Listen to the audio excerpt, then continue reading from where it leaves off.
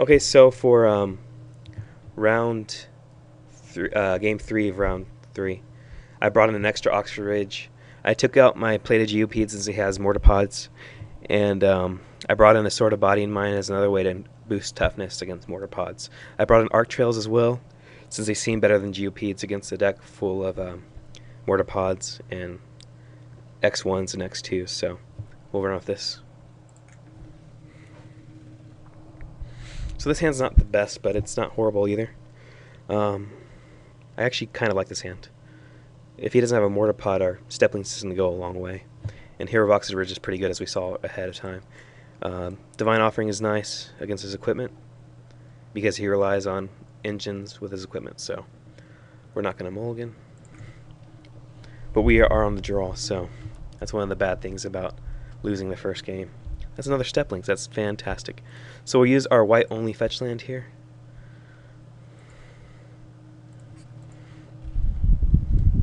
We can set up the good old Steplings double crack on turn 3, which is always just a fantastic setup. I'm planning not to break my fetch land next turn. I'm just going to attack for 2. Oh, he does get Mortarpods though, but we can use our fetch lands to...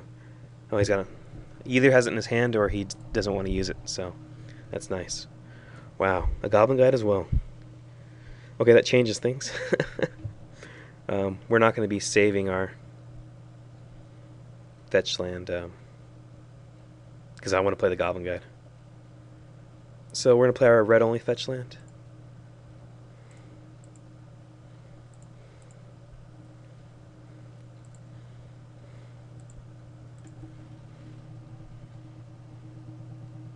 We're bringing some considerable damage these first few turns, which is always nice. We did give him a Tectonic Edge, which is kind of annoying. But he blocks there, so Steplings so far has destroyed a Stoneforge Mystic. Not the best for him, but it's not bad either.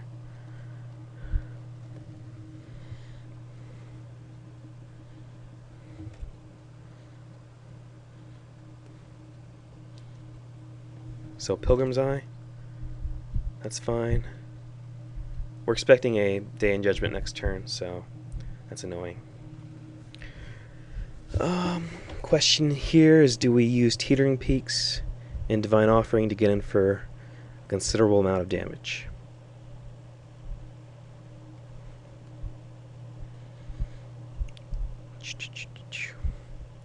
Using the Teetering Peaks here ensures that we have a 4th mana untapped for next turn, which I do like. Divine Offering is worth 4 damage this turn, because he would chump block normally the 4/2, the 4 Steplings. Also, we could just play the Cunning Spark Mage and the land. That would be 10 damage to him, to the face, but we would have an awkward next turn if he has a Day of Judgment. I think I like the Divine Offering Teetering Peaks plan. We get in for 8 damage this turn, puts him to 8, and we'll have a Arid Mesa and Hero of Oxford Ridge and Cunning Spark Mage for next turn. It's certainly a weird setup here. Because if he has a Day of Judgment and we draw we don't draw an untapped land next turn, it gets kind of awkward. But at the same time, we'll still have a Divine Offering, and we'll still have a Teetering Peaks. I think we'll go with the Teetering Peaks plan here.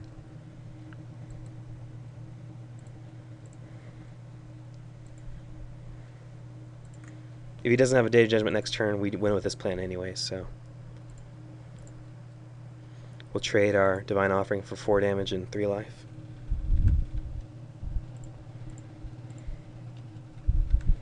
We gave him a land. That's kind of annoying, but it happens, so. Day of Judgment. Okay. That's not what we wanted to draw here, but we'll work with it if we can.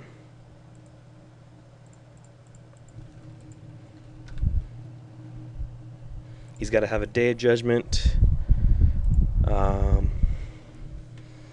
There's a few cards that save him, so we're not putting him in a horrible position, but Celestial Purge works too.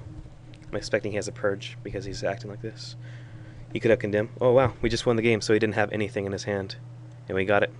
Hero Box's Ridge just shuts off so many parts of his deck that he certainly had a good chance to have something, but he didn't have it. And sometimes you just don't have the cards you need, and we got the game.